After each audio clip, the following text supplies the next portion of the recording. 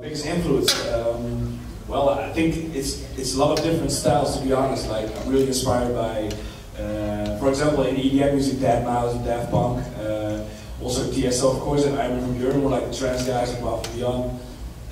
On the other hand, I really like pop music. I think it's fair to say that even like a Justin Bieber record, for example, even if it's a commercial record, everything inspires you. Every record you're listening to inspires you. Because for some reason, we're always trying to make the best music as possible.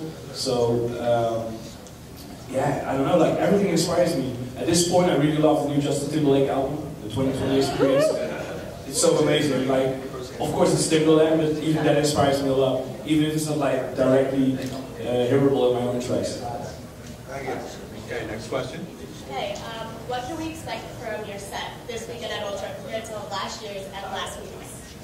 Well, I'm gonna like wrap it up, my whole set from last week. I'm gonna play a totally different set because, you know, I'm not a guy that always comes up with that. I always try to come up with like different sets. Yeah, I just started preparing like a lot of new stuff for Sunday. So yeah, we will see. The good thing is I didn't play all the new songs on We're expecting more. Yeah, there's more coming. Awesome. Killed it last week. Right now, because it's off. How you doing? I'm Matt from DC, and so if you could go back to the beginning and start over, what would you do differently?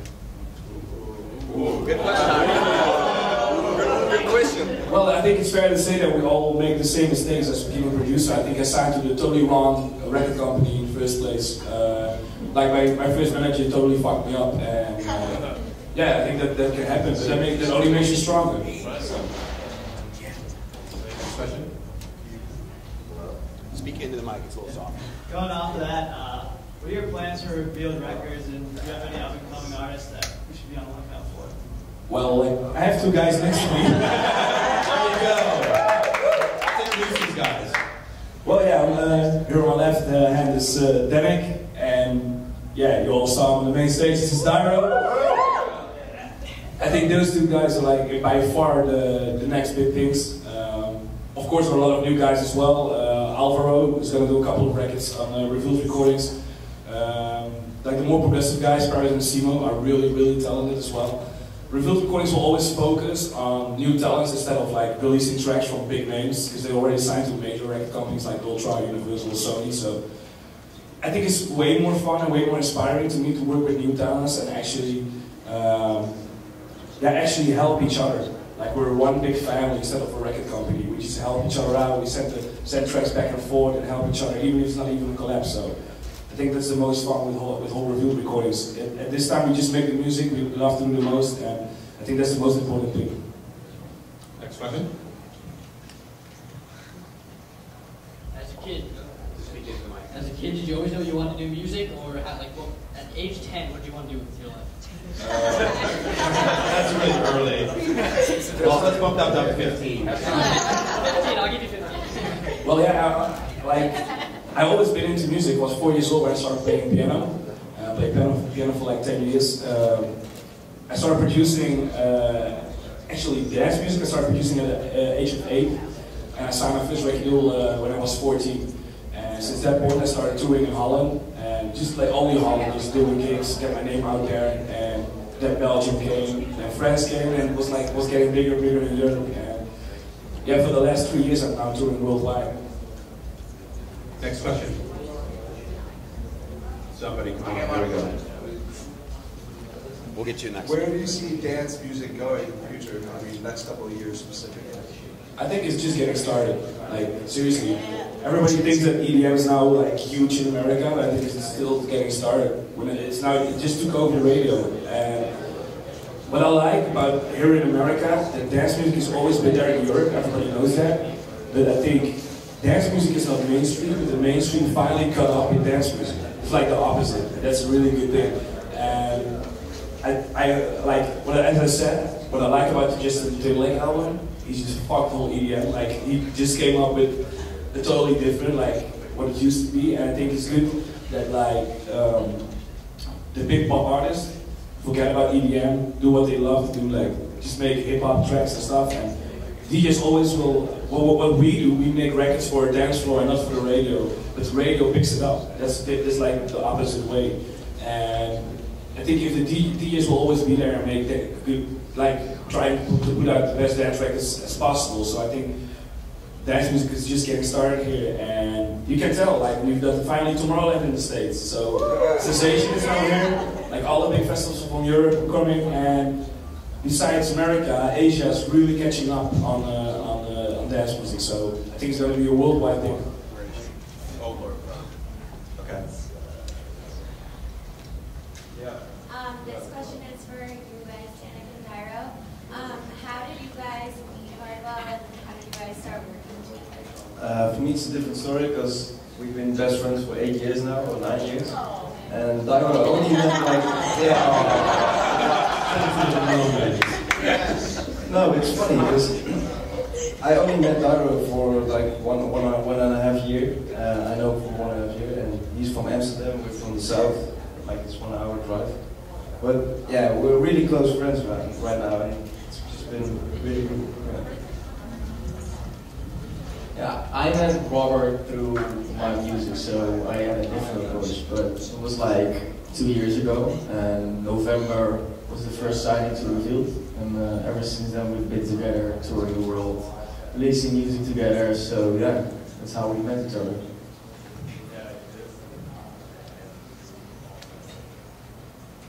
Robert, where is your favorite venue to play and why in the world? Oh, difficult question. There's always a question I'm denying the interview because it's hard to pick like one particular club. Well, let's name a few. I really like the Pacha and Ibiza. I just played a new City Gas in Montreal. The venue is crazy, like seriously crazy. Well, you got the Government in Toronto. It's one of my favorite clubs. So many good clubs. You got Zoo clubs in Kuala Lumpur and Singapore are really great. But even here in the States, the Pacha New York is one of my favorites. Yeah, New York. Yeah, we were just going to ask you that when you come to New York. We'll come back to New York. I think we'll be back at, I'm not sure. I'm looking at my manager. I don't know if I can say where I'm going to play in New York, but I'm going to play or EDC or Electric. We'll be there. We'll see. Okay. Cool. I'm going to ask a question. What's the biggest misconception about being a DJ these days? Wow, that's a good one. That's not only fun. That's not. There's actually It's actually a good one. Yeah, I think it's we always like post pictures on Twitter with the big crowds, like have fun and hang out with all the other guys. Like, hey bro, where you at? But we all end up in economy class flights in the early morning drunk. Tell them about economy class at 5 a.m. I still don't know why all the management book the early flights if we play at night. It's always the same thing. Sometimes it's really tough, just to travel. Traveling is really tough. Okay, next question. I have a question. You guys recently went on tour together, all three of you. How did it feel for you guys, Dannic and Dyro, to be on tour all together with Robert and Well, it's a big change for me because I think me and Dannic are doing like the smaller shows right now. We're like on our way up, and like now we joined Hardwell on his level. So it's like we were introduced to a crowd that was like so next level, so much bigger than we were used to. So it was a lot of fun. We learned a lot of it. It was an amazing experience. We learned a lot from each other. Had a lot of fun, and yeah. What do you think? I couldn't agree more, man. No, it's like that. It's just besides you guys are my best friends. It was a great tour, and I really get a lot of inspiration also from it. So yeah, big honor. This is actually for all of you guys. What would you say is the best outlet for an emerging artist, a DJ, to actually send music, to send, whether it's a remix, an edit, an original?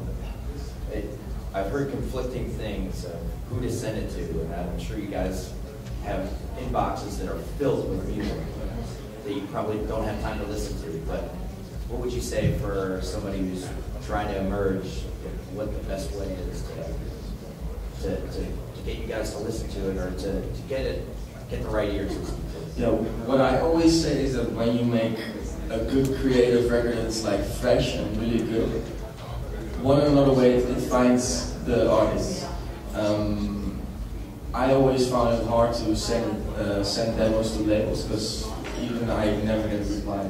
Back then, it's just undoable. I mean, I know from our label manager, it's like 10,000s of demos a month. You know, it's no human can check that. So I always told everybody to try and approach the artist through social media or just put it out there. And you know, if your record's good enough, people exchange amongst each other, and eventually it ends up to a bigger artist. Maybe it's good enough. Well, I think Dyro is a perfect example. I just discovered him through SoundCloud. The first email I wrote was in English. I didn't even know he was from Holland. I just told him, like, I love your records and I really want to sign for a review. And, like, just another friend pointed me at Dyro, like, hey, you should check his tracks, it's really good. And that's what I did. And I always, like, it's probably my job, I'm always looking for the best music possible because I have to play, like, almost every day. And yeah, I'm a guy who hates to play the same set, so I always try to look up for new music. And yeah, I think as you start, it's the best thing to do is just to post it on YouTube, on SoundCloud, whatever. Post it on your Facebook wall and let your friends share it. Like, just get it out there. Like, it's I got something to add to that. I think you don't need to be too pushy because that never works. Don't post your tracks on, for example, our Facebooks, because that just doesn't work. And if you try, really, trust me, it didn't work out for anyone, I think. It's just don't be too pushy, because eventually if your track is good, it will come out. Yeah, like I know Fetty picked up your stuff, and so that's how I heard your music was through Fetty's mixes. So Yeah. I look at you as like an example of somebody who just got some support. No, but that's what it's all about. I mean, Fetty is a big idol for me, and when he played my track Tombo for the first time, that was like a dream come true for me, because he's for me he's the big guy, you know. And but it took a while for him to catch up on music and yeah, to see him playing it. Great. Awesome, thank you. Next question. Hey, Hardwell. First off, great stuff last night. I got like no voice for it. The second thing I wanted to say was like it's a little hard to put like into a question, but like all your productions like seem to have like this. It's like an underlying sound, like I don't know, kind of like in the background. Like me and my friends always notice it when we're like listening to you and everything. Like, do you go into like making a track like looking to put that type of sound like into it? Like, you know what I'm saying? There's always like some kind of like, I don't know, background low sound. There's like always something going on, like, you know, towards the back. You know what I mean? Yeah, well, it depends on the record. It's a real technical question, but I think when I produce music, I always see music as a box. You got your left speaker, your right speaker, your back, and the interface moment. And I just try to fill the whole box with different like drum loops, synths. My synths are always trying to be like really big, like festival, big kindish. And I think you just start with the thing you mentioned, just a drum loop. I always try to put one drum loop really in the back with a lot of reverb. That's exactly what I'm talking about. It's just like something. Just like that. I like it. Yeah, I always try. It's what you're looking for is I'm using Logic, and it's a sample delay. So whatever you use, if it's a drum loop or just a percussion loop, just sample delay it, and sample delay will make it like super wide and put it in the back. So that's what I'm actually using for that.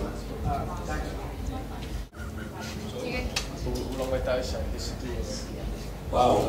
Well, the last 2 years, I think I've been home for maybe 2 months in total. So, yeah, but I like it. You know, it's like, in the beginning it was hard because I miss it's good to have my friends around me now, but in the beginning I really miss my friends and family when I was constantly on tour. Then again, it's a lot of fun. You know, even when you have like a downer during a tour, you're tired and whatever. And then you enter the club and you see you meet your fans again, and like, oh yeah, this is what I'm doing it for, you know? I can't complain. This is like I always just dreamed about this as a little kid, to tour around the world and get my name out there and play for big crowds. So yeah, I'm actually really blessed. Just pass it. Besides your favorite venue, what was the greatest show you've ever put on and why? Well, I think that was Ultra. That's weird. Right? You kill it. Well, it was, I don't know, it was just crazy what happened. Like the whole crowd, the energy of the crowd. And to me, I think it's fair to say I'm a real emotional DJ. If the crowd is shit, I'm gonna play shit. It's a back and forth thing. I try to give as much energy as possible to the crowd, and they just respond with the energy. And it's a back and forth thing. And on Ultra, I don't know what happened, but it was something magical. I think the connection between me and the crowd, it was unbelievable. I can't even describe it.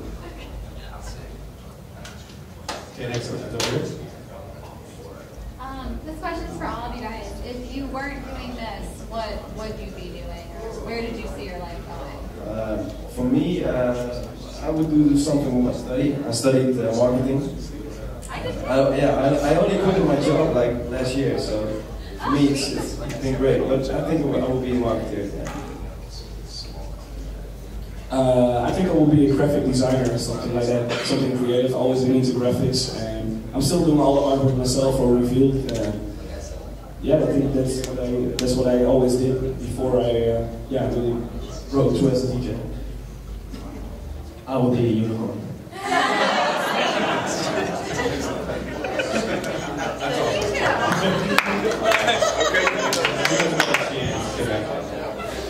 Shout out that.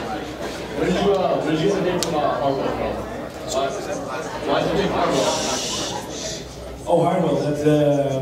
I have a Dutch name, Robert van der Korpen. If you translate Korpen in English, it's Hardwell. So yeah, come up with Robert Hardwell. What's on there every day?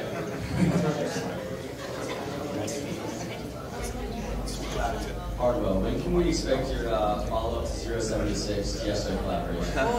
Well, you saw pictures. We've been in the studio a lot of times together. We have several tracks finished, like totally different tracks, even like more pop stuff. We're at this point, we don't know which track we want to release, and we still need to finish it up. But to get Tiesto and me at the same time in the studio with our schedule, it's a pain in the ass to actually do that. And besides that, we still have like his management he's the world's biggest DJ, so you can imagine how his management is, and it takes a lot of time to get everything just like fixed and the contracts. And it's gonna be released this year, without a doubt. But we're still looking at which track we're gonna release. And yeah, I think I spoke with him like 2 days ago, and I think we finally picked the track we're gonna release. And it's a typical 076 song, it's the same style. So. All right, we got time for a couple more, and then we're going to listen to the tracks from the contest. I know you guys recently held a competition, where it's kind of working off what you said about people submitting it up to some producers. Can you, I know actually the winners are here amongst us right now. Could you go into a little bit of who you chose and why you chose them? Well, the first thing I wanted to do is we picked like totally different styles of music, and the records we picked are, in my opinion, the most potential records. We picked even a trap song, so we just wanted to showcase the guys, and I think even we picked, it was like vote based, and we even picked songs that didn't have that much votes. Did you guys listen to every track? Yeah, we listened to every track, put it all together in my label manager. Okay, it's the last question. Tall guy in the back. What do you guys think of trap music? Love it, hate it? I love trap music. I think it's great. It's always good to see that new styles are coming up, even like what dubstep was 2 years ago, and now trap music. It's good to see that so many different styles are actually, like dance music in general is always evolving. There are always like new subgenres coming up and popping up, and I think we're all like influence each other, and I think that's the best thing to do. Okay, I got one kind of funny question. What should everybody in You know, electronic music's so huge in the States right now. What should everybody shut the fuck up about? What should everybody shut the fuck up about? What's the overhype? What's being talked about too much? One thing, sellout. I hate it. I hate it. Like everybody's talking about, yeah, that guy's a sellout. He went mainstream. No, you guys love his music, and you know, I just don't get it. Like, for example, it's great to see as a DJ and producer that you have the opportunity as a creative outlet to produce for other artists. And I think Zed is a perfect example. He always makes fun of them on Twitter. He produced an amazing record for Justin Bieber, and everybody starts hating him. Why? He's an amazing producer. He made like an amazing record, and you need respect to respect him as a producer. It's not a Zed record, you know. He just, it's a creative outlet for him. It's a great opportunity for him. I think people calling it sellout. Same for Avicii. A lot of people talk about Avicii as a sellout because he had levels. You should be, as a fan, you should be proud of him that he's getting so big and respect his music. Because this guy's been working for a long time and he still sticks to the same style as he did like 5 years ago. So like the term sellout, it doesn't. I just don't get it. What about the other guys? What do you think? There's always this group that likes to be different than the bigger group, you know. So if they're like, let's say when EDM started was smaller than what it is now. So when it becomes bigger, there's always this group that wants to be different. So they start calling it a sellout because they want to seem, I don't know, cool or something. I tweeted about it once. When you dislike music because it's popular, you're actually having pop culture dictate your taste in music. So you're actually doing the same thing. Yeah, I don't know, it's difficult. Talking about it already, but I think a lot of people always, they listen to a track, they always tend to compare it to another track. I don't know what that is about, but I think it's really hard to be creative nowadays, and you should respect the sound of an artist that you release. All right, everybody, we're going to play the tracks from the remix contest or the production contest. They're going to be after this. Big round of applause for them.